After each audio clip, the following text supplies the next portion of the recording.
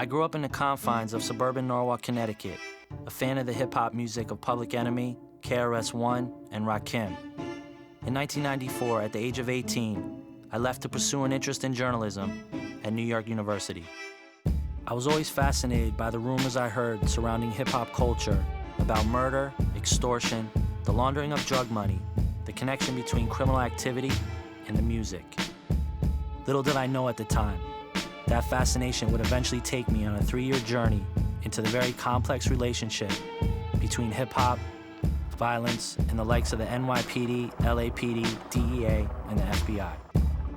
We will not walk in fear one of another. We will not be driven by fear into an age of unreason. If we dig deep in our history and our doctrine, and remember that we are not descended from fearful men.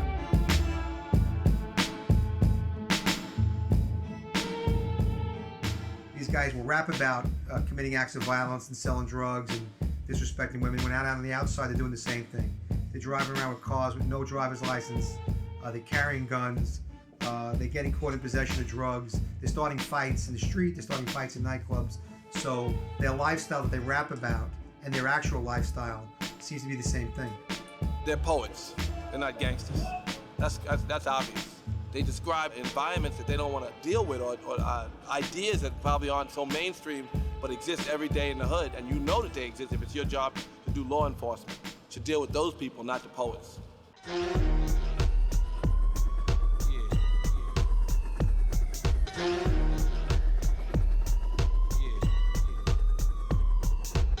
There is a need for intelligence. Some kind of secret document that just lets people in. For what reason? Police, there's a hip-hop task force out there, yo. No, I ain't seen the book, I ain't read the book, I ain't heard about the book. We're being harassed because we come from the ghetto. And they mad that we come from the ghetto and then figured out a way to feed ourselves.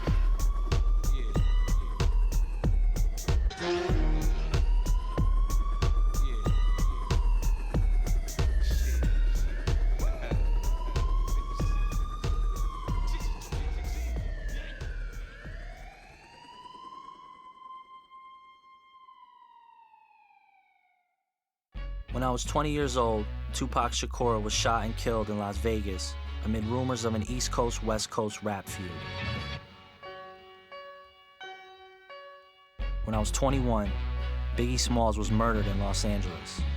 Many thought it was in retaliation for the killing of Tupac. When I was 23, rapper Big L was gunned down in Harlem, less than 10 miles away from me.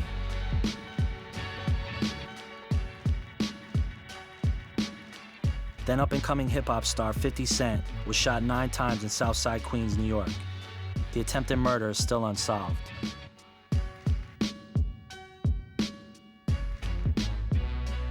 In 2001, hip-hop seemed out of control when a gun battle outside radio station Hot 97 ultimately sent female rap star Lil' Kim to jail.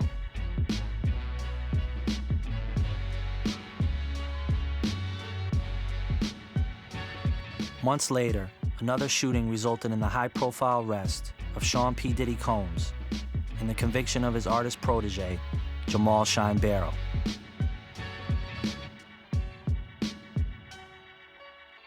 In 2002, hip-hop took another blow as Jam Master Jay of the legendary group Run DMC was shot execution style in his own recording studio in Hollis, Queens.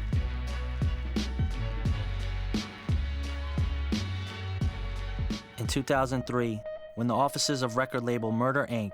and its founder Irv Gotti were raided by the FBI for the alleged laundering of drug money, the case became the focal point of my investigation of the rumors connecting hip-hop to organized crime, drugs, violence, and the so-called hip-hop police.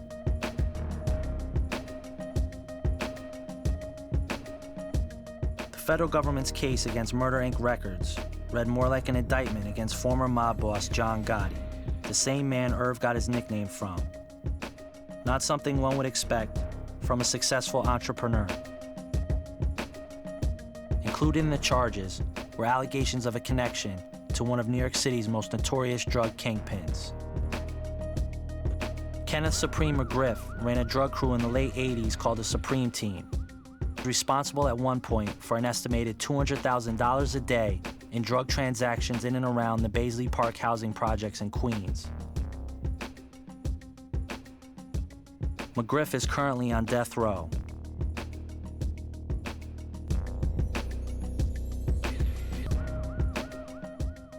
The relationship between Gotti and McGriff was at the heart of the federal government's case. Had Irv merely been helping Supreme put his life in order after getting out of jail in the mid-90s? Or was it deeper, as the press and law enforcement seemed to believe? Connections were made between Murder Inc. and several prominent violent gangsters from New York City, like Supreme. I remember the reputation on the street of the acts of violence by the Supreme Team. They were pretty well known in New York for killing people and for drug dealing. The Murder Inc. indictment represented an important landmark in the seemingly ever-growing police interest in hip-hop. As I began to look deeper into the Murder Inc. indictment, I kept hearing the term hip-hop cops or hip-hop police being used by almost everyone I spoke with.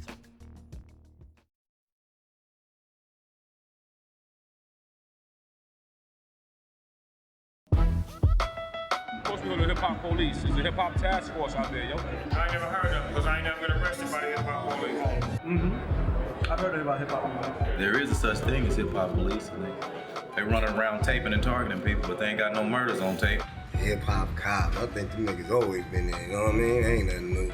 They don't fuck with the hip-hop police, man. They fuck with me, they follow me around, man. They in my motherfucking backyard, man, making motherfucking barbecue burgers, man. That's where they at. They got the hip-hop police out there, and they watching, and they be at the clubs. I see them, man. I be in the clubs. Fuck all the hip-hop police, man. You know what I mean? Mind your fucking business. Stop following niggas, man. I feed babies all across Africa, nigga. You know what I mean? And you putting a label on me like that, you wanna follow me? They monitoring niggas, but they ain't just taking pictures out of cars and following niggas. Believe me, they planting informants in niggas' cliques. They been targeting rappers. They been pulling young black niggas with money out of cars, you know what I'm saying? It ain't nothing new to me. I've been followed, I've been pulled over, I've been arrested, I've been harassed, I've been doing nothing but positive. Probably followed every day. You know what I'm saying? Like, I have DT cars sitting out my crib. I don't know why they follow me. I don't care why they follow me. They pulled me over for unmarked gun, gave me 5 years, talking about I didn't put a signal on. Driving up the West Side Highway, pull over, put on the ground for no reason. Wherever hip-hop grow, breathe, there's gonna be somebody, an overseer. I would soon learn that even A-list artists who claim to be targets of the so-called hip-hop cops had no idea who these law enforcement officials really were or why they might exist. Most officials questioned about the rumored secret unit refused to speak on or off camera, made no comment, or categorically denied knowledge of such a task force. We wrote a letter saying the New York City Police Department is involved in this. In fact, New York City Police Department was leading it. The mayor wrote us a letter back. He didn't deny that hip-hop profiling was going on in New York City Police Department, but his letter said, we have no policy. But we didn't write him a letter about a policy, we wrote him a letter about the actions. It's the actions of the police department that need to be called into question.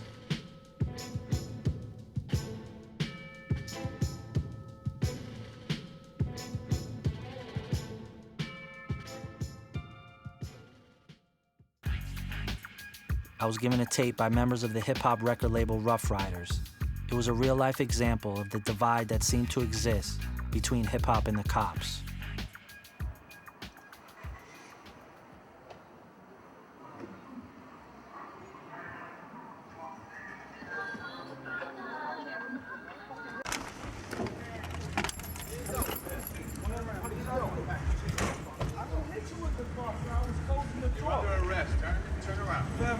Please don't do this to me.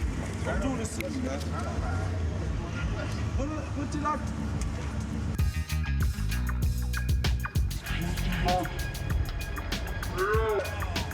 Why you do that, man? What's wrong? I'm not being fucking hit me with the car. I don't care if he's sorry. We're under arrest. I didn't hit you with the car, my man. Sir, what do you get? How do you hit you? Calm down, officer. Whoa, it's not resisting. Yo, tell him to stop. Tell him to put his hand behind his. All right, I might have that on tape. Nah. What? That's personal property. I'm hired to do a job. You can't take my tape. You can't take my tape. Racial profiling send me straight to the island. Hit me with the nightstick, the captain starts smiling. The foul smell of the ghetto will burn your nose here. It's forbidden, so no one goes there. The struggle never stops. Still we wake up to spoiled milk with roaches crawling out our cereal box. They feed us lies, blind our eyes. If they hand the same color as mine's, black and rise. Upstairs broken cracks beyond the building. Ghetto children, this is how we live. All my gangster soldiers in the prison, don't worry. It's a totally new beginning.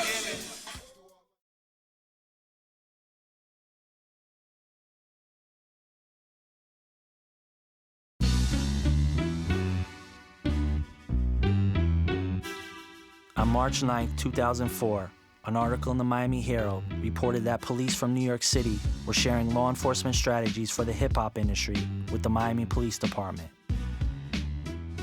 Then the article mentioned something else.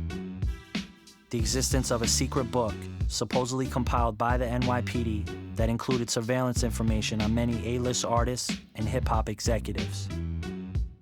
The secret book allegedly included surveillance notes on various artists, criminal rap sheets, and other sensitive information on many of the hip-hop industry's biggest names. In the summer of 2004, I filed a succession of Freedom of Information Act requests with the NYPD, the LAPD, and the Las Vegas PD, asking for information and documents about the Murder Inc. investigation by the FBI, the raiding of feared hip-hop mogul Suge Knight's offices by the DEA, and the rumor that Tupac Shakur and Biggie Smalls were both being followed on the night of their deaths by the ATF, DEA, and FBI. The last request was sent to the Miami Police Department, specifically asking for a copy of the secret 500-page hip-hop surveillance book. Since every single Freedom of Information Act request I had ever made was denied, I never expected to receive anything back from the Miami Police or any police department for that matter.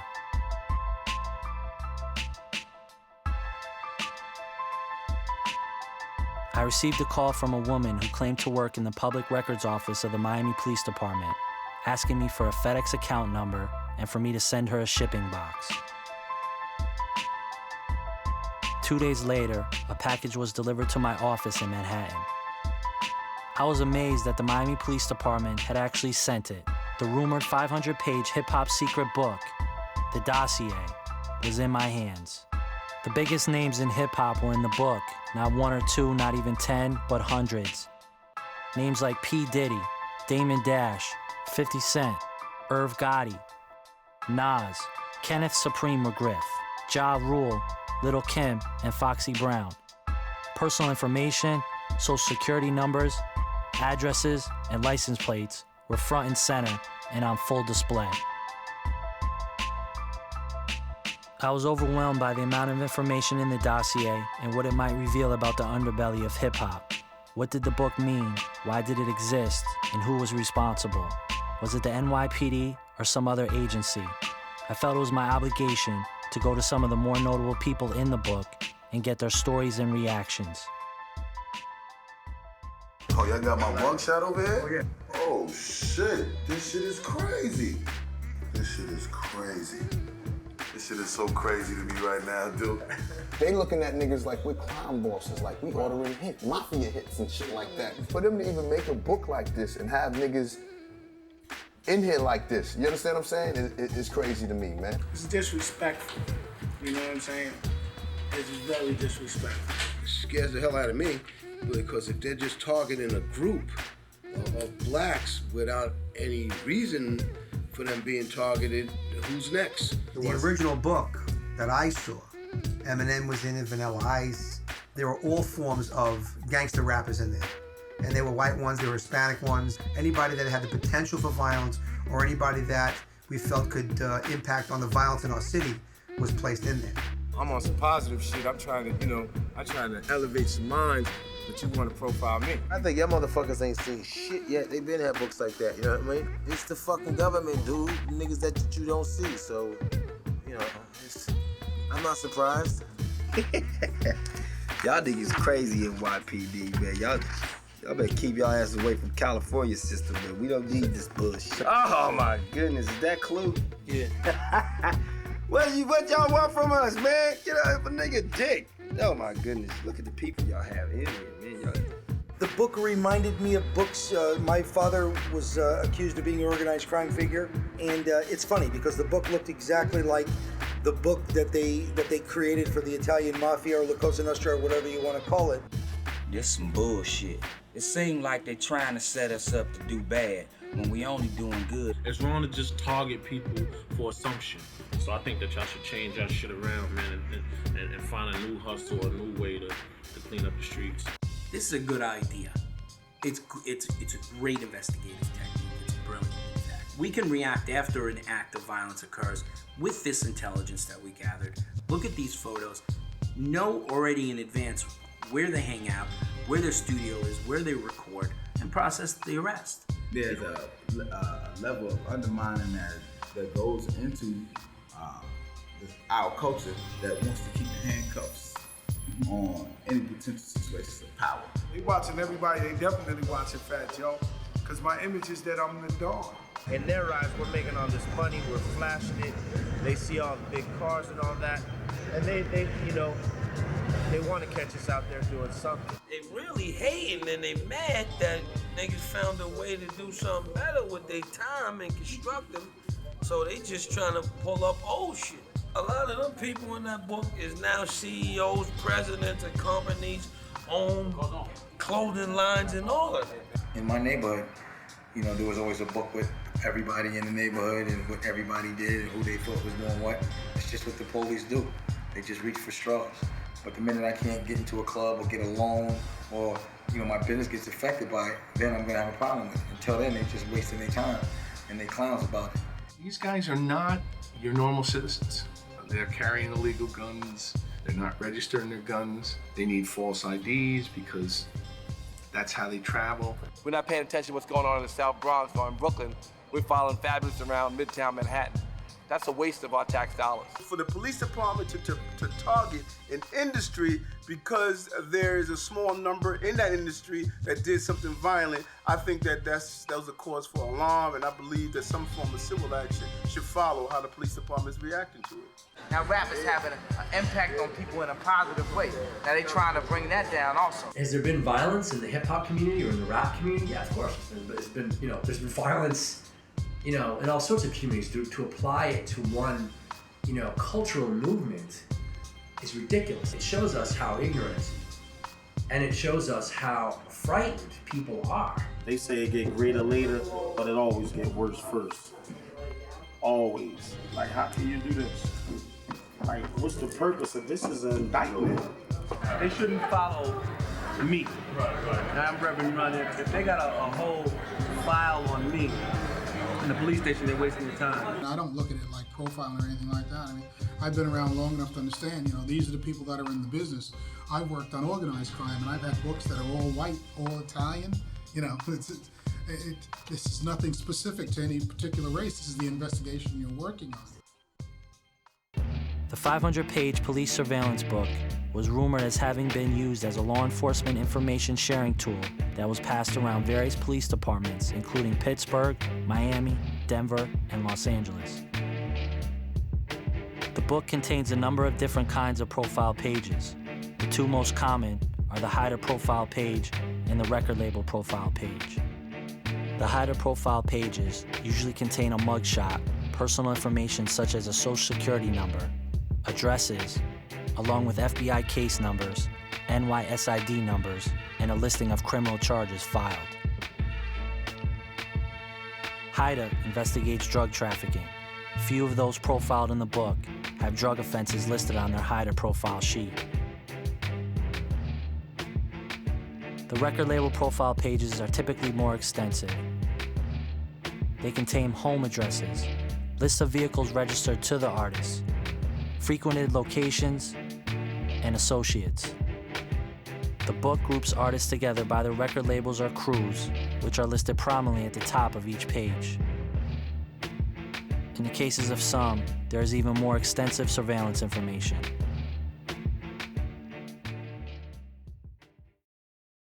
I was in the hood when 9/11 went down. So eerie, we could smell the dead bodies uptown. So just imagine how it was in New Orleans and Mississippi. Folks fighting for their lives because Bush was too busy. Just watching the footage break me down in tears. My money wasn't right, so I donate gear. I feel bad, I know they hurt for sure. Like they living conditions wasn't worse before.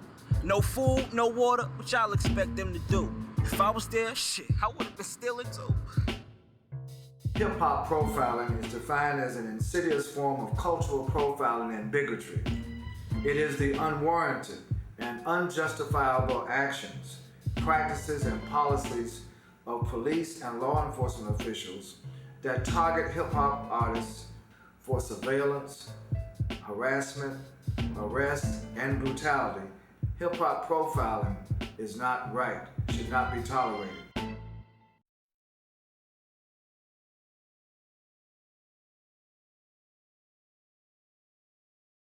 We go into the Grammy party, some minivan with about 4 to 6 cops was in it. What's up, Busta Rhymes? I just wanted you to know that we're gonna be, if you see a little car in your rearview mirror, whenever you're moving around for the next couple of weeks, we just want you to know that it's us and we're gonna be following you. I said, I don't want y'all to be following me because y'all ain't on my payroll.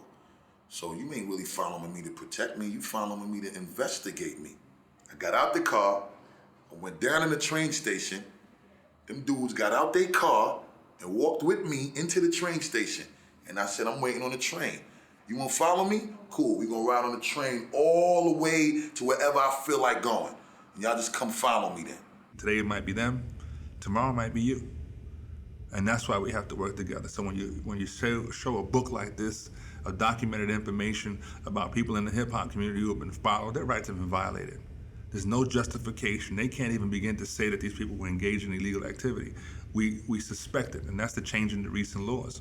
In searching for concrete answers about the reported surveillance in the 500-page book, I sat down with Lou Savelli, a former member of the NYPD. Savelli was one of the most decorated officers within the force. He was the founding member of the gang unit, which was formed in 1996. Most of the time that we've actually done surveillance on rap groups, it was because of the protection of the actual group itself. I don't remember any incidents specifically where we actually followed a rap group around looking to catch them doing something. For example, 50 Cent.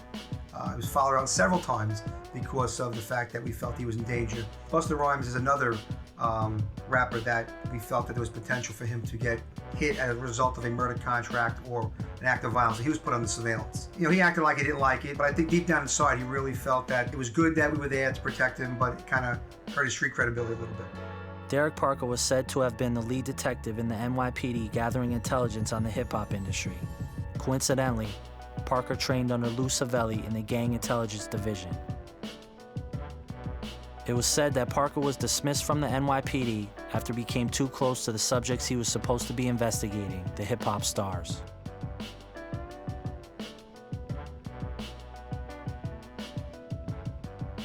If someone calls 911 and says something happened, that's legitimate. But for you to just follow people around, I think that is fucking illegal. And I think that we fought for rights, black, white, green, purple, whatever you are. There's a thing called civil rights, and there has to be somewhere in there that shit is dead fucking wrong. Were the civil liberties of the artists and executives being violated? If they were, what were the implications? If they weren't, how could the book be explained? I was being pulled in two directions with each new interview. If we don't make a hot record, then we can't feed our families tomorrow. We're not racketeering, we're not, we ain't got prostitution, we don't sell drugs or guns, so why would the government make a unit for rappers? Cops is on everybody anyway. So why start over a hip-hop cop unit? Might as well just say, just aim the niggas. The feds are always watching. Come on, federal agents, we know what's going on over here. Black boys in the hood making money, they watching. You find out their lifestyle, you find out where they go, when they sleep, when they're up, who they party with, who they rock and roll with, who they talk to. can imagine how they feel. It's like somebody got their finger in your eyeball. Do you feel comfortable with somebody's finger in your eyeball? And they just sitting there. It wasn't so long ago that racial profiling was uncovered as an act that was being conducted by police, and actions have been taken to shine a spotlight on that to stop it. There is nobody targeting the rap industry. We're targeting violence and crime. Never before have we ever seen this amount of violence in any industry. It's fucked up for us because we give people roofs over their head, we create livelihoods for people, jobs and shit like that. And they don't look at it like that, and they don't put all the positive shit that we do in the papers, and they don't put the shit on the news. They just wait for us to slip and do something bad and shit like that, then they put it out there. When I get pulled over in a car and the police play me in front of my child because I'm rhyming, it's about them making sure that my children from young see that we ain't shit here. And whenever they say we gotta jump and act how high and strip butt-ass naked in the middle of the street and get arrested and harassed and manhandled in front of all these people to see, they planting fear in us so that we can never identify with the fact that that fear really comes from them being scared of who we are. As a detective for nearly 18 years of my 20 years as a member of the NYPD, I know how investigations work, and I know the necessity of having intelligence and being aware of associates and being able to have sort of a file on certain people that would have a propensity for violence. It's smart. It's good investigative technique. Why is this person showing up repeatedly in this criminal's life? And until you eliminate that other person as an associate or part of the problem, that person's going to remain under surveillance. Where I come from, a killer might be my best friend. Where I come from, a stick-up kid might be the cat who takes my son across the street to school. They use that as a pretext to get involved. Oh, you're associating with a known felon. Shit, he's my cousin. You follow Puffy around, somebody who you know is a known killer. He visits Puffy, he goes home, you continue to follow Puffy. They're gonna pull everybody up that ever had anything to do with the record business. And then they're gonna look at everybody who was arrested. It's putting an MO together of a group of individuals.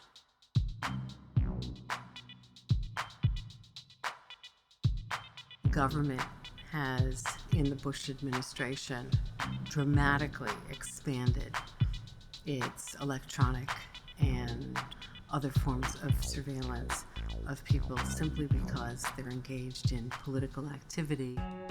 Even within the New York City Police Department, there are obvious problems with a particular unit being devoted just to the hip-hop industry. To make matters more complex, both Anthony Miranda and Eric Adams, veteran NYPD officers, claim they themselves were put under surveillance by the department. We don't know the extent of the surveillance. We don't know if they actually tapped our phones, but they did monitor our phone records. They did look into who we spoke to. They did follow us. The standard is so low now that they can surveil anybody they want to and justify it. And then later on say, oh, I'm sorry. But what are you sorry about exactly? Taking pictures of my wife, taking pictures of my kid, taking pictures of my babysitter? What part of that are you sorry about? 6 months into my research of the interaction between law enforcement and the hip-hop industry, and after filing a total of 12 Freedom of Information Act requests, I stopped receiving my mail for a period of a month and a half. No letters, no bills, no junk mail, no catalogs, nothing. A few weeks later, all my mail showed up. Coincidence or not, there was a letter from the IRS. I was personally being audited.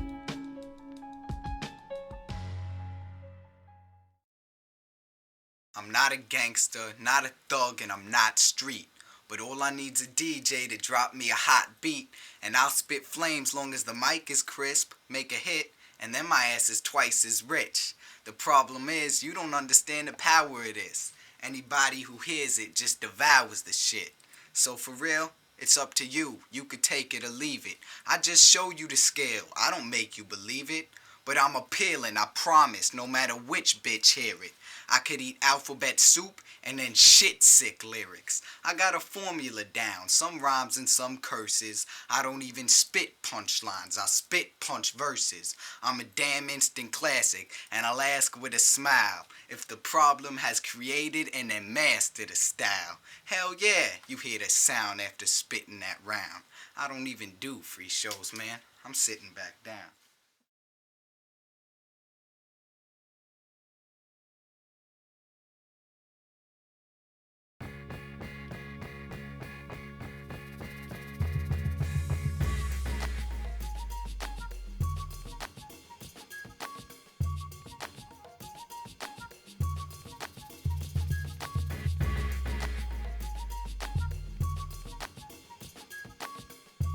The violent headlines, arrests, bulletproof vests, and shootouts translate into more record sales. The figureheads of the industry know that this street image sells the records, but their official position cannot be in favor of this. So once rap became this accepted thing, it's like, not only does it has a value, but now it has a value where it also spreads to white America, adding into its equity as a business. It took on a whole nother thing. It's like, grab a hold of it, of the control aspect of it, because it's profitable. They mad because niggas get money. Like, niggas off the corner, niggas off the street, niggas that came home from doing 10, 12, 20 years in jail, coming home getting a legal business, making millions of dollars. Getting powerful from a business that we get to glorify the shit that we live, the shit we talk about. We make millions of dollars off of it. When niggas get money, you know what I mean? The system gets funny. As simple as that. As hip-hop gets more and more money and gets more and more prestigious, and there are more and more bad acts that occur, they're gonna bring more press to their attention. When you bring the press, you bring heat, and there is no rush to justice here. They're gonna look into it because that's what says they can. The law says they can do that. It just shows that, this culture, they really don't believe people from the urban environment or place are just savvy enough or smart enough to just make money in a corporate way. They always feel like it gotta be from the street. Hip-hop is mainstream popular culture. It is Madison Avenue, and the powers that be realize that too much is at stake. Multi-million-dollar licensing deals with Reebok, Pepsi, Coca-Cola, McDonald's, and other luxury brands that are endorsed by the stars. P. Diddy even visited Wall Street for the Warner Music IPO in 2005. We've been able to prove to the rest of the planet that we're trendsetters and that other people can profit off of it. So I think people, to a degree at this point in time, are starting to look at us as a money machine. The major corporations and European conglomerates who buy and sell hip-hop culture distance themselves legally from the problems, sitting back collecting checks and keeping their financial interests safe. This was never more evident than with the indictment of Murder Inc. Records and Irv Gotti. At its peak, it was a company darling for its parent, Universal Def Jam, grossing $200 million per year in record sales. I remember when Gotti was working at Blunt Records before I went to jam. I helped organize the Rockefeller and Def Jam merger. He got DMX signed, he got Ja signed, and that's where he started at. And then from him working that so good with those artists being successful, Def Jam gave him a label. With the pending allegations of the laundering of drug money, Universal Def Jam decided the best thing to do was to get out of its contract with Murder Inc., even before the case was played out in a court of law.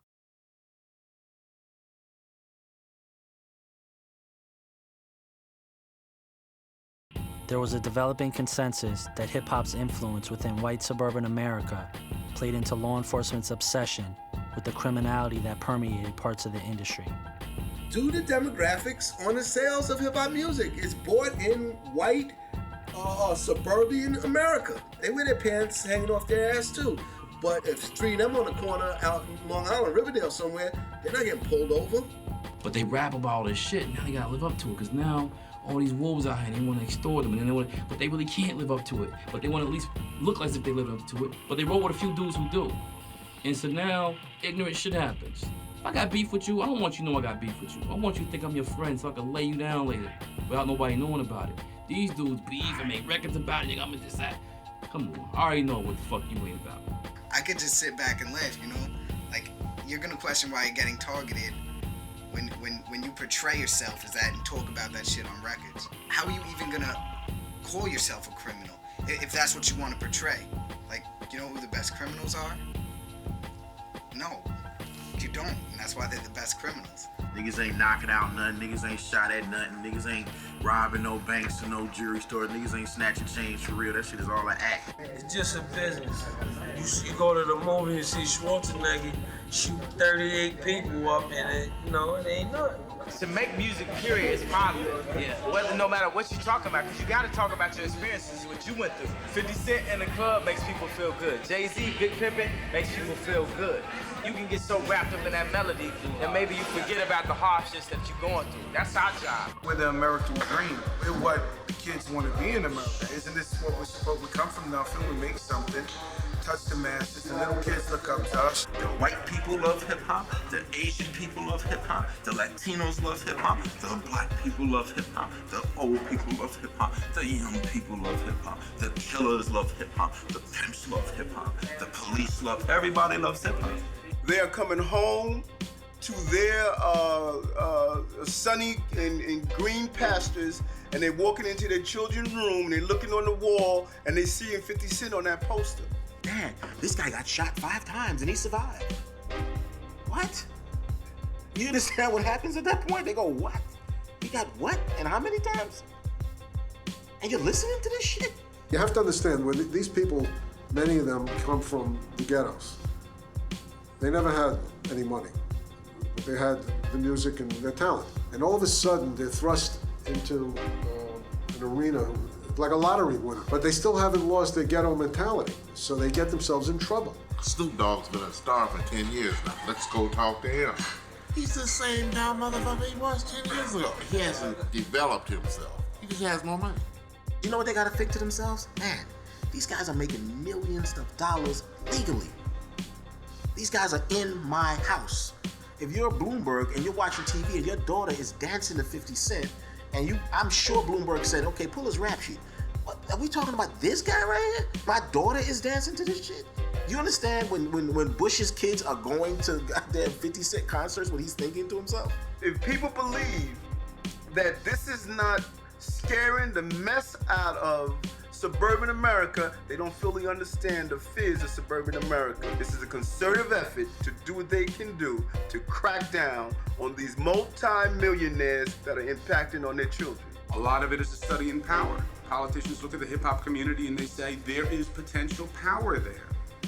And it can be power that can help them or it can be power that can hurt them. But there is no doubt that there's power there. It's the soul-breaking grammar, disrespecting your breath. Them niggas go rhymes and figures out. I'm like a fag on a dick because I'm taking niggas out. Clive with blind, more techniques than Glock range. Niggas say it's Spock strange, those cause I'm that strange. I got the act, nigga attacking me. Niggas know the race. My beats be bumping like Craig Mack face in mind with this. In time they wanna see me get down in 3D. 313, I'm rowdy. And like Easy E, I'm like Audi. Before you place bets, it ain't safe yet. Yo, you beat me, it's like Easy E doing safe sex. It never happened, it never will. I grab a microphone, get thrilled with this. And we kill.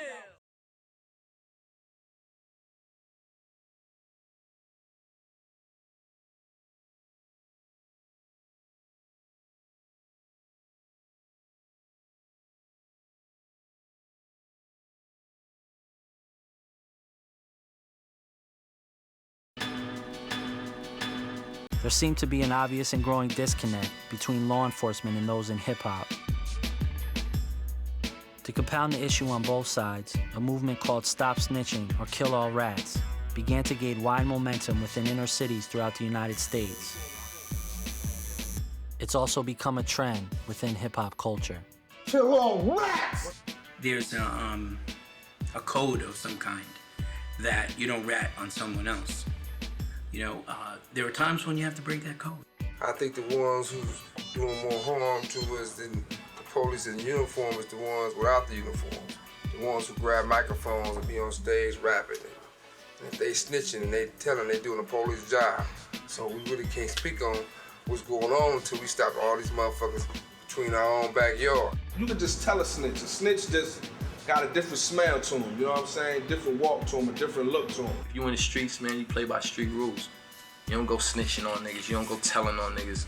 Sammy the Bull killed 50 niggas and he snitched. If Sammy the Bull could snitch and he killed 50 people and you a nigga, that ain't killed one person, you feel like you can snitch and it's okay too. The Stop Snitching movement is based on street code. What's done in the streets stays in the streets, and anyone involved in the game does not speak to law enforcement. There is one simple ethos: death before dishonor.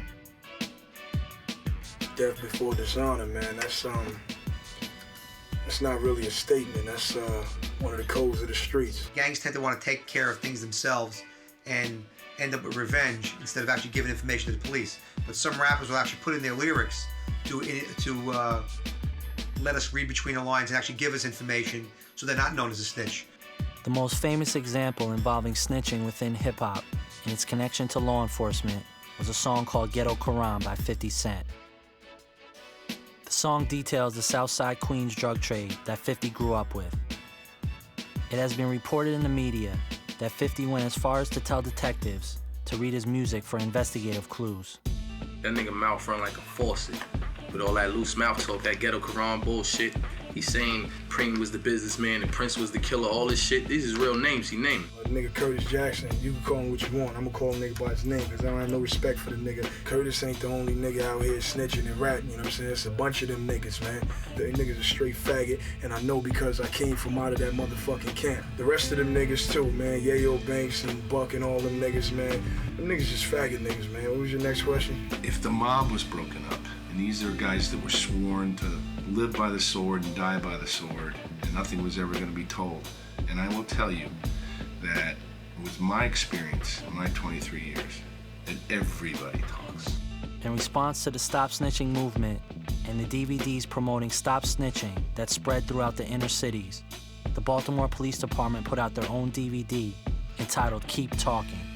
The Baltimore Police used information and footage from at least one of the Stop Snitching DVDs to locate and arrest local drug dealers. The men and women of the Baltimore Police Department would like to thank the producers of the Stop Snitching video. If we didn't know before, now we know the faces in the game. In fact, 3 of the people in the video have already been arrested, and they won't be coming home for a while. We've arrested the so-called cameraman with bags now. So if you can find another cameraman, make another video. Go ahead, keep on talking. We're listening. Let's go, y'all. The kids say you ain't did it, we're gonna let you go. Yes, officer, of course. I'll be more than willing to come down to the hospital. This is a stand-up dude, you feel me?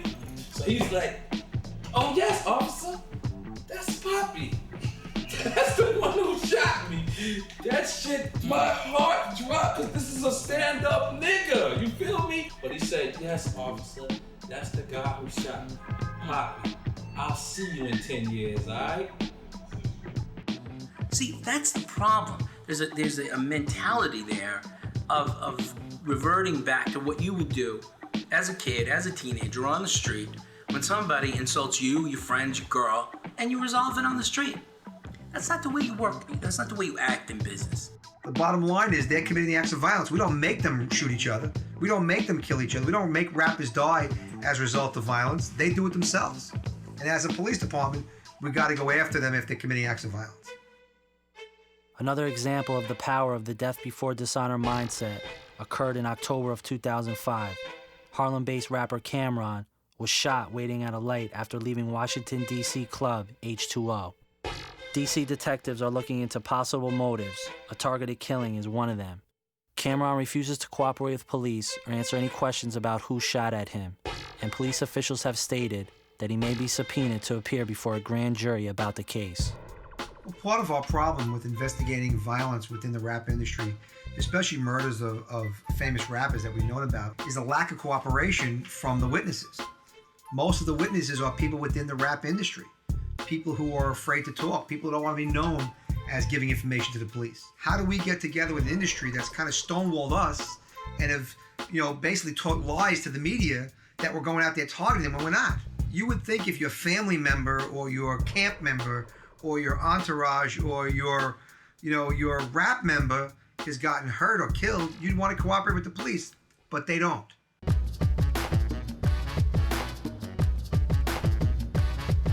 On a trip to Los Angeles to interview Suge Knight and other West Coast hip-hop artists, my film crew and I were followed on 3 separate occasions.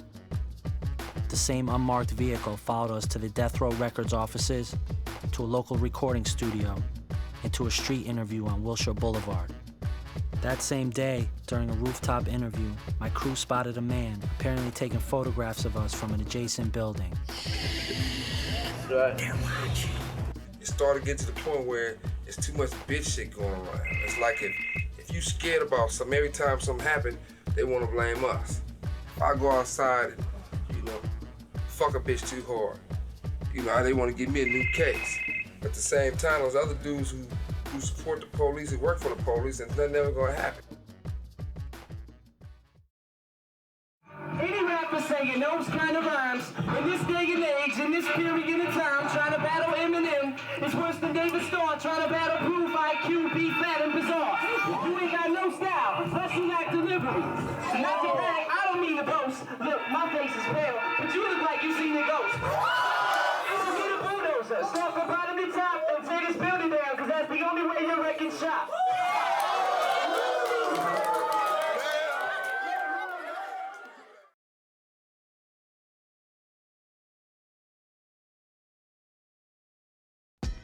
On the surface, law enforcement appears to be buying into and acting upon the images and lyrics portrayed in the culture of hip-hop. It is taking the art form of music and connecting the dots by translating the creative expression into federal investigations and arrests. It seems understandable that they may be listening to lyrics and finding clues, because there are certain MCs that are telling stories and real-life truths of real-life gangsters and what they did and where they were and where they did it. Why wouldn't they? It'd be the first thing I did. I'd pull every one of the copyrights and I'd start looking. And if they said, we did this, and I'd match them up with the days these people were murdered and what happened. And if they're communicating by their songs, they're giving a history of their bad works. Print Up Them Lyrics by Johnny Cash. Johnny Cash murdering Delia. Country music is way more violent than hip-hop music. These country guys, they're safe. They got the hats, it's, yeah. If they're taking verbal words serious, then they're gonna feel that they're justifying what they're doing. But is it right? It's just not right. That give him a reason to listen to your album now. And let's investigate him. He talking about he's selling cocaine on his record. Let's find out if he really doing that. That's what they did with Lil' Kim. They opened right up her album. She talking about she don't know this man. They open her album and see she shot him out. But that just lets you know they listening, they watching, they reading. Hip hop ain't just this little baby that ain't nobody paying attention to no more. You're doing videos about it. You make movies about it. You know what I'm saying? You glamorize your shit. You romanticize all this shit, and then you wonder why they're investigating you. You obviously never hustled before, because the last thing you want to do is you want to put your hustle on a record and describe it for everybody. So then you wonder why they fuck with you? Come on. You got all these dudes running up on the DVDs with guns and all that crazy shit. Yo, real gangsters keep their dirt in the closet. And I'm not saying who's gangster and who's not gangster, but if you put that tag underneath you, see what I'm saying to you, then people are gonna perceive you to be that.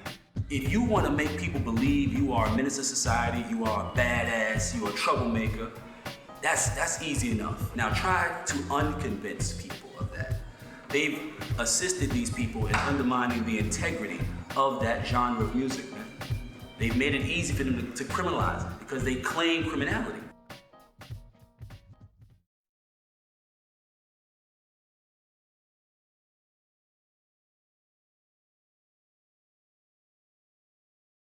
The ones that who be chasing motherfuckers around, like the hip-hop cops, is because niggas get on record and talk about, I stay with my toast, I stay with my get, wearing bulletproof vests on the outside of your shirt.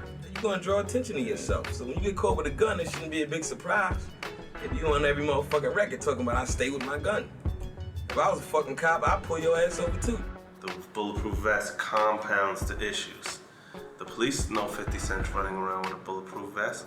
They're not pulling him over saying, hey, you're running around with a bulletproof vest, because they know what the issues are. They're just watching and hoping maybe we'll be stupid little animals and do something stupid and they could arrest everyone. See, you can't have that kind of activity and not have the FBI, the DEA, and the local police to get interested. See, because once the police know you're wearing bulletproof vests, then they assume you think somebody out there might want to shoot you. Then the question becomes, why do they want to shoot you? What you feel about these rappers running around bulletproof vests and all this What, security? like me? Yeah. I look at it like I got shot before. If a nigga ain't got shot, you know what I'm saying? Like, you know what I'm saying? I can't tell a nigga nothing. We're talking about people that averages $10,000 to $15,000 4 or 5 days a week shooting at other people. These are people that make more than the average American who makes $30,000, $28,000 is the average American salary. These guys make that in 2-3 days and are shooting at each other. You just like anybody else in the industry that got a shirt and tie on. You know, we just dress different. We happen to come from a different community. They should just focus more on the real things that are going on. Maybe we was on the streets at one time. Yeah, maybe we did sell drugs at one time. Yeah, maybe we got into a few shootouts at one time, right? But the bottom line to it is, there's something that's called change. And what the music game do is it allows you and it gives you an avenue to change. So as we're changing, like, don't try to pull us back. In the hood like rocks, stay dodging the cops. Ain't no G's from a unit, so you niggas should stop. If you want it, run up. I put a few in your brain. Feel like EA Sports, the way I'm playing the game. In and out of court, ducking new cases. Laying niggas down with them hot bullet faces. Till it's all said and done, game over, no replacement. Till them bitch niggas don't be coming with that fake shit.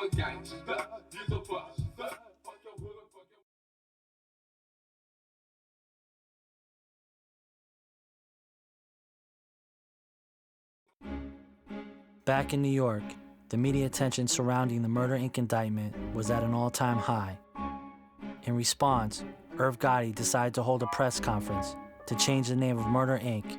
to a less controversial The Inc. Hip-hop heavyweights like Leor Cohen and Russell Simmons were on hand to lend support. I'm cool with telling everyone here, I'm a good person, y'all. I know y'all read a bunch of things, don't believe it.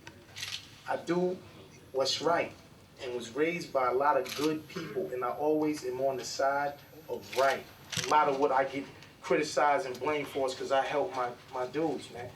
My dudes that come home, they do 10, 15 years in jail. You know what I'm saying? And a lot of times I'm getting blamed.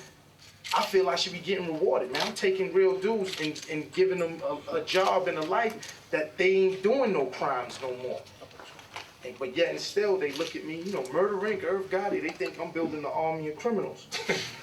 It's not the case. I'm doing a lot of good, man. I'm doing a lot of good. I tracked down Irv Gotti and his brother Chris outside a party. The federal indictment by the U.S. attorney was hanging over their heads. Told they think we the new mafia. I have bigger problems than just the hip-hop police. My name's Irv Gotti, the boss of Murder INC. What Irv apparently didn't understand that day was that in thinking his problems were bigger than the hip-hop police, he discounted the depth and complex nature of who they really were. The hip-hop police were not just local NYPD detectives, but a sophisticated combination of various law enforcement groups. The same groups that were targeting Murder Inc. records and Kenneth Supreme McGriff. It was clear that members of the United States Attorney's Office for the Eastern District of New York were looking deep into the criminal ties within hip-hop. Rosalind Moskoff in her office would not comment directly about any of the present cases that were referenced in Newsweek magazine. But the article did mention rumors that a particular probe was in conjunction with the Justice Department task force. The police department in New York City is now an interagency where CIA, FBI, military are all engaged at the highest level of the operations of this organization now. These kind of dossiers go to other agencies, other law enforcement, so they know if it's a hip-hop situation, who it might be. Where was that guy in that particular day? You know, when you interview somebody, you want to know what his alibi is. In trying to uncover more information about the so-called hip-hop police, I found a search warrant affidavit online for a drug stash house of Kenneth Supreme McGriff. It mentioned an NYPD detective working with the FBI, the IRS, and another law enforcement entity, HIDA. The detective's name was Bill Courtney, the same Bill Courtney who apparently had been spearheading the East Coast arm of the Murder Inc. investigation. What he is a case agent That's all he is. He's sort of the guy that knows all the pieces of the puzzle. Stamped all over the inside of the book was an official seal indicating the intelligence documents were the work product of HIDA. Then I learned something else. HIDA was a federal task force with funding authorized directly by the White House. HIDA stands for High Intensity Drug Trafficking Area. It was first developed in the early 90s to combat large-scale drug trafficking. HIDA has 27 field offices in critical regions across the United States. It uses the most cutting-edge law enforcement technology to gather intelligence on criminal organizations. The first HIDA field office was located in the Washington Heights neighborhood of New York City. HIDA is just this vast encyclopedia of information from prior cases, ongoing cases, existing cases, cold cases. State-of-the-art computer networks and systems. So if HIDA's involved, there has to be a drug connection because that's their mandate, drug enforcement. This charge code is VTL, that means vehicle traffic. I don't know what HIDA has to do with that, but it's in here. In a separate Freedom of Information Act request made directly to HIDA, copies of the actual pages from the book were offered as part of the request. Despite their seal appearing throughout and on the copies of the pages I gave them, HIDA denied any knowledge or connection to the book. Recently, the battle between hip-hop labels and the feds continued as a 2-year investigation of BMF Entertainment, known for breaking new artists like the platinum-selling Young Jeezy and Blue Da Vinci, culminated in 30 members of the rap label being indicted across the country.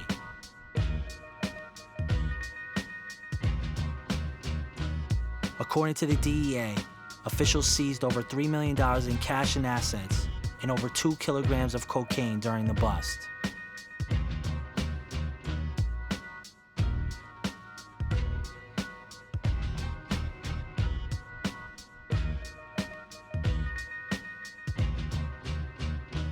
In another example of the feds probing the industry, Jacob York and the artist he manages, Gucci Mane Davis, were detained by a SWAT team on their way to a club to perform in Miami. Members of the ATF, DEA, and FBI were part of the team that detained them for 1 full day. We're in a room in a federal building being detained. No arrest, just detained. As we're going through hours into it, I start asking people who they are. You know, some people are DEA, some people are ATF, some people are FBI, some people are Miami Vice. They asked me about everything from the Young Jeezy, Gucci Mane beef, to the BMF scenario, to what's up with Ja Rule and 50 Cent, and do I know anything about the Irv Gotti and the drugs, and all this other crazy stuff they started asking me about. I'm sitting there like, what is this? Why am I here?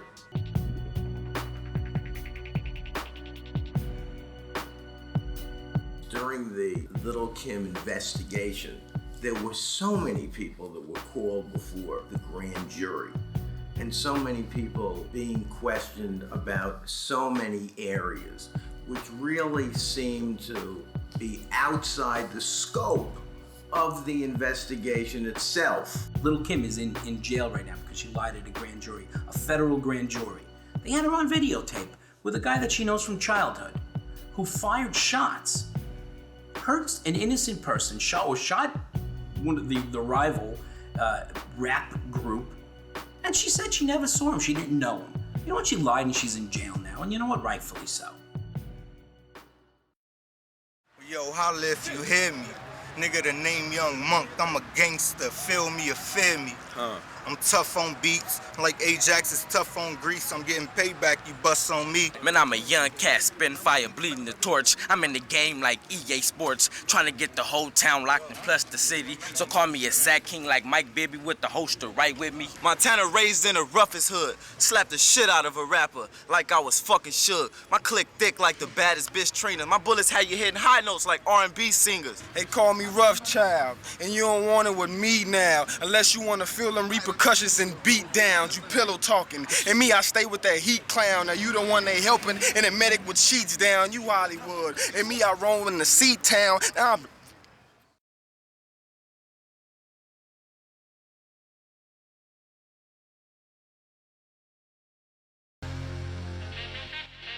After everything I had seen and heard, I began to question the effectiveness and purpose of the supposed surveillance in the dossier, especially in light of the unsolved murders of rap stars Tupac Shakur, Biggie Smalls, and Jam Master Jay.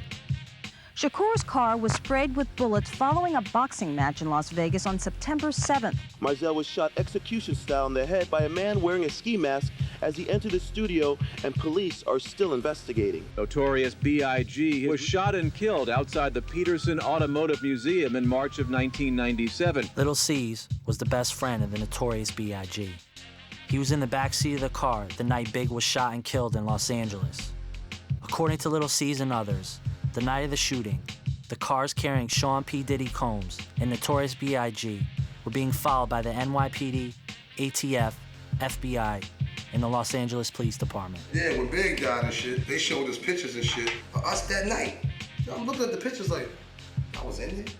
Niggas went outside about a couple minutes later and got killed, and you sit here, you don't know what happened?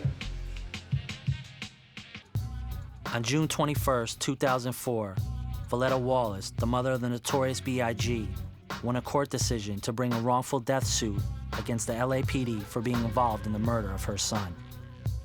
The lawsuit focuses on former LAPD officer David Mack, who is currently in jail for bank robbery.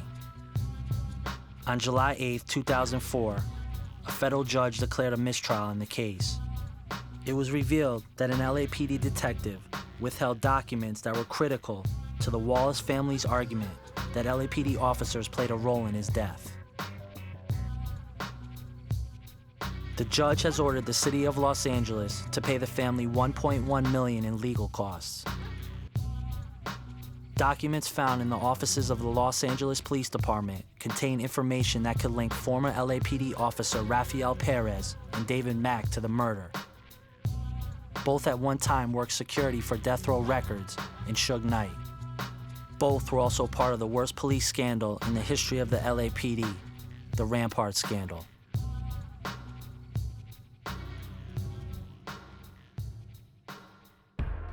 And pop cops, that don't have shit to do with nothing. They ain't Bottom trying to line solve is, shit? Big died. Jam Master Jay died. Pac died. Yeah. Fuck rappers. They humans, and they died. No doubt. Who did it? Find them. That's the same reason why there's 100 other murders in the hood that ain't solved.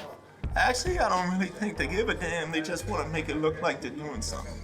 How that dude been killed with all that information around all those people, and nobody don't know what the hell happened. It's almost like they're letting people go. I think cops got something to do with the murders. It's no, let me say something. Biggie, Tupac, these niggas got laid down in front of wild cops, in front of wild shit, and niggas got away. Like, I don't understand that. Everybody wants to go to heaven and nobody wants to die. So yeah, everybody wants to find Pac's killer. Everybody wants to find out who killed Big, but nobody kind of wants the cops around. I was looking at Nas on MTV. Nas was just saying after Pac and Big died, it just felt like they had justification to pass all these new rules that would make hip hop illegal.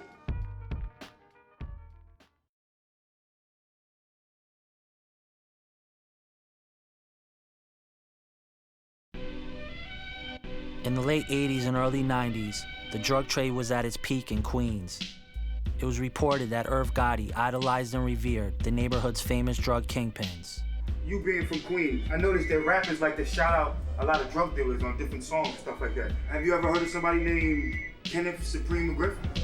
Yeah, I heard of him. Does he have any affiliation that you know of with Murder Inc. or anything like that? No affiliation that I know. There's all these assumptions that a lot of people in the hip-hop game came from the drug game, and they did. A lot of people came from the streets. This was a way out for a lot of people.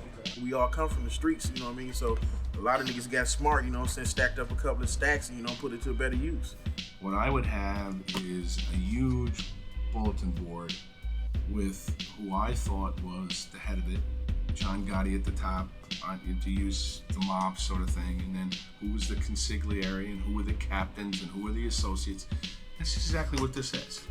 This is this particular Murder Inc. This is who they out-contract to. This is what they do. And you start picking them off.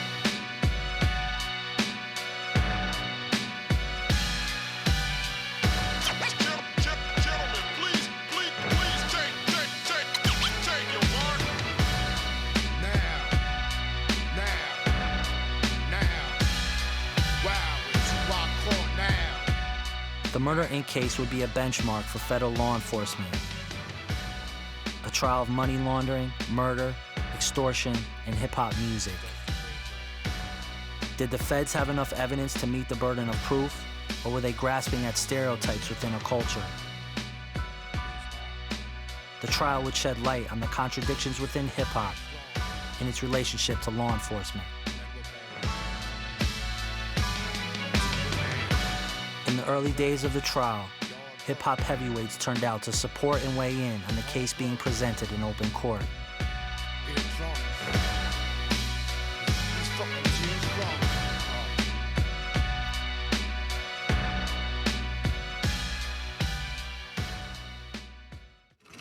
Spent a lot of money on this trial.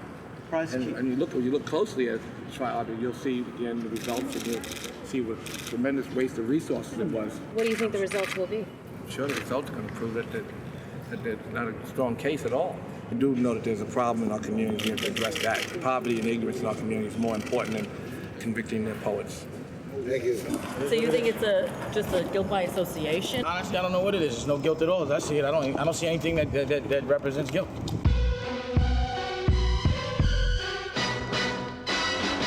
As the prosecution presented its case, they seemed obsessed with having the attempted murder of 50 Cent allowed into evidence. After 2 days of tense deliberations and sidebars, Judge Edward Corman ruled the jury would not hear about the shooting or how it tied into the charges of money laundering against Irv and Chris.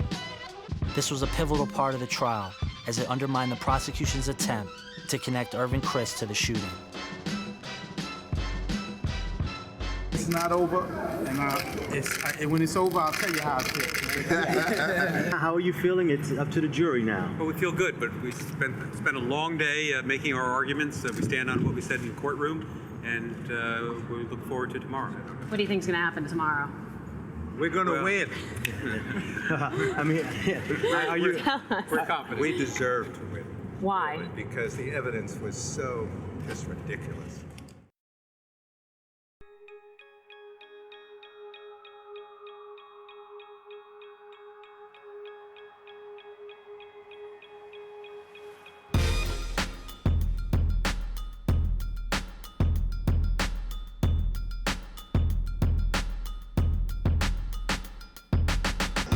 How's it look today, gentlemen?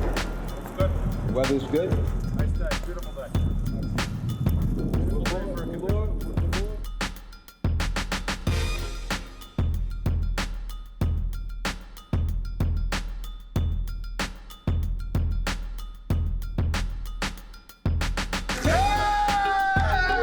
Yeah. We did it! Damn, I'm overjoyed. I can't say thank you enough to these two guys that I got my arms wrapped around. These guys are my attorneys for life. I'm never getting into any other trouble though. You could put your bottom dollar on. I'm never, no jaywalking, no nothing. And I was never in trouble in the first place. I would never have worked this hard, come from having $0 to having millions of dollars to jeopardize it and doing something stupid or illegal. It's not in my make. What's in my make is to be the most loyalist friend and to help my brothers out. Everything this case was about, the messages that it sent was one, if you're a criminal, you stay a criminal. And two, if you're from the hood and you come up and you do well, don't help out nobody from there, leave them. And I have a problem with that because I love my people and I can't leave them behind. I gotta show them a better way. I could get my life back. Not only did they take your life, but they took your livelihood because basically once the government put these charges on you, you couldn't earn money. So for 3 years, you couldn't go get money like you're supposed to. Basically, to me, felt like they wanted to cripple you so you couldn't protect your civil rights. Hip-hop is the backbone of America right now. And y'all know about it because y'all read about it and y'all write about it and y'all document it. All right, you coming through, and I'm just happy to say that we're in this.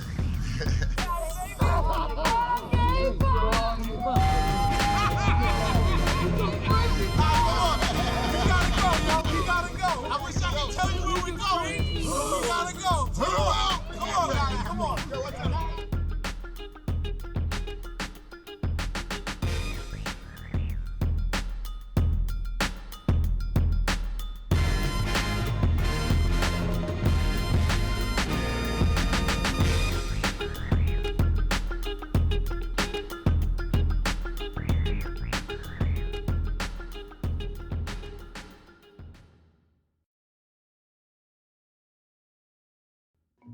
The end of the Murder Inc. trial marked the conclusion to my 3 years spent behind the scenes of the hip-hop industry. As much as the members of the hip-hop and law enforcement communities seem pitted against each other, many are equally pitted against themselves. Have rappers come under the scrutiny of law enforcement because of the actions of some, or for reasons that go deeper and strike at the heart of our fear and prejudice? Only when the crime and the violence surrounding hip-hop ends will we ever know for sure.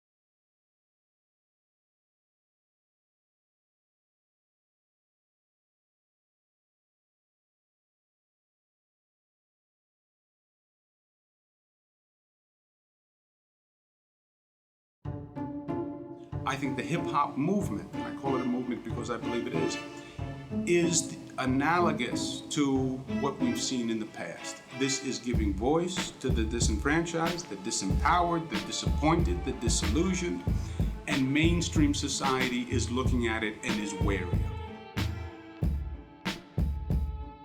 It's just ridiculous that still today in this era that we live in, in this capitalistic system, that we can't capitalize on who we are and the shit that we've been through. Money equals power. America don't recognize shit but the almighty dollar. With all these millionaires coming out of hip hop, we could do a lot of things. We could change a lot of things. I'd like to see a lot of these rappers, because they are a powerful medium for our youth, I'd like to see them get more involved in positive things. And also I'd like to see them maybe putting some pressure on the industry and getting the industry on a whole to kind of clean itself up. Sooner or later, everybody will catch on. You'll see the White House, they'll be playing hip-hop music there too. All we want to do is make music, smoke, fuck, have a great time, feed our families, pay taxes. I'm in the book on one of these motherfucking pages, and so what? It ain't shit, you know what I'm saying? I at least think any nigga, 3 or 4 niggas together is a gang. Even in LA, nigga, they pull you over. If you walk down the street and 4 or 5 niggas, you can get arrested. Get it close, nigga. Yeah, zoom in. Them carrots right there. Yeah. I'm doing it like that, nigga. I can see clearly now, the bling is here.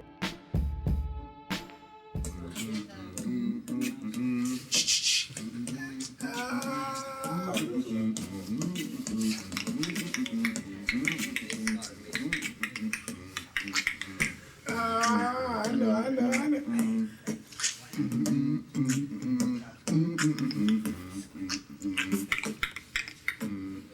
So I'm saying all day long, all day.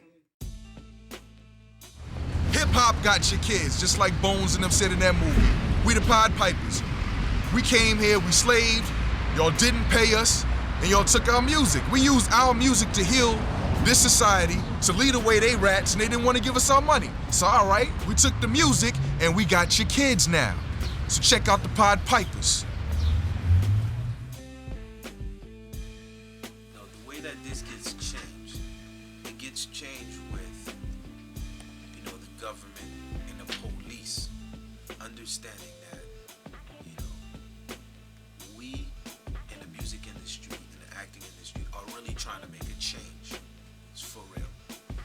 And then the second part of the change, it comes with us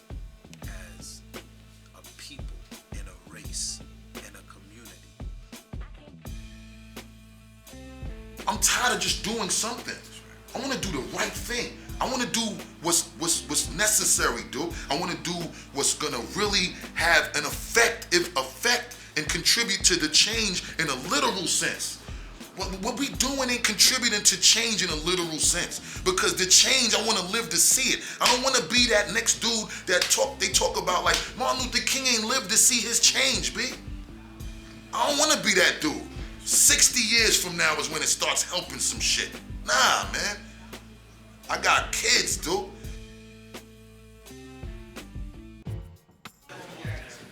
The politicians and the powers that be, the lawmakers, we elect these folks. At the beginning of every 4 years, they get up there, I promise to you, it'll be better in the ghetto, and it'll be better in schools, and it'll be better for healthcare, and I will keep the drugs out the hood, and I will keep the guns out the hood. But they never do it, so then after a couple of years go by, they gotta find a scapegoat. Because the people start looking at them like, you're not doing nothing. They don't want to say I'm not doing my job, or there's a big scam, or there's a big conspiracy really going on that they can't talk about. So they go, oh, it's the rappers. It's the rappers. So it's all because of the rappers or the stuff that they put in their records and what they put in their videos. They gotta blame somebody where the scapegoat. Got everybody in there. They even got Eve in there. They got Eve? Yeah, G. Like, yo, they serious, niggas is foul, son. Some motherfuckers coming out here learning how to fly planes and they ain't following them niggas.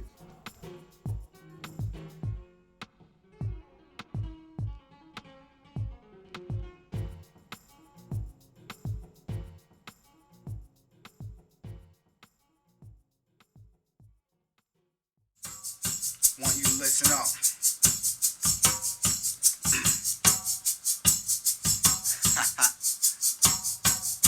Okay, it's definitely gonna be a problem. Want you rappers to listen closely. You got a big house, 6-car garage, and your entourage got an entourage, and you laying mink when you gone to sleep. But if you thinking you hot, then baby I got you beat. Big house, 6-car garage, and your entourage got an entourage, and you laying mink when you gone to sleep. But if you thinking you hot, see, I'ma start it like this. I'm at the heart of the bliss, and honest, my persona's causing drama, harder to spit.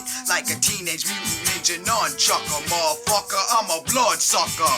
And I'm waiting on a day that I'm known, don't even throw me a bone. That's how I make hits, come up, suck the silicone right out your fake tits. Now I'm getting riches, basically pimping bitches. So should I screw the Olsen twins or Simpson sisters? See, I'm not a gangster, wigger or fake, little bitter in taste, but I deliver it straight. I just flip brains quick, I'm insane sick, I'm a slap in the face, like Rich James, bitch, fuck a 9 to 5. I've been trying to strive, so sick, fans just wanna rewind me live. Fuck ice, watch your block when I rock your street, cause if you thinking you hot, then baby I got you beat. Big house, 6-car garage, and your entourage got an entourage, and you laying mink when you gone to sleep. But if you thinking you hot, then baby I got you beat. Big house, 6-car garage, and your entourage got an entourage, and you laying mink when you gone to sleep. I blast my own shit, yo, and laugh cause I'm half schizo. So fuck your hits and Chris style, I'm eating pure Crisco. If you think I'm funny and creating a laugh, it's not me, that means it's gotta be my crazy you have. They say I'm 15, wanna know what get me to speak. What the hell, you think my ass belong on Sesame Street? Little imbalance, better get me up some first aid. Haven't used a word phrase without a curse since the 3rd grade. Something went right, you see they back me, and I'm all up in your face like teenage acne. Cause I get mad stoked, I like to grab throats, clogging up your nasal passages like some bad coke. Sex, drugs, more than you all seen, and I'm getting ladies more wet than New Orleans. So don't even try to be me, it's not in your reach. Cause if you thinking you hot, then baby I got you beat. Big house, 6-car garage, and your entourage got an entourage, and you laying mink when you gone to sleep. Baby, I got you beat. Big house, 6 car garage, and your entourage got an entourage, and you laying mink when you gone to sleep. But if you thinking you hot, then baby, I got you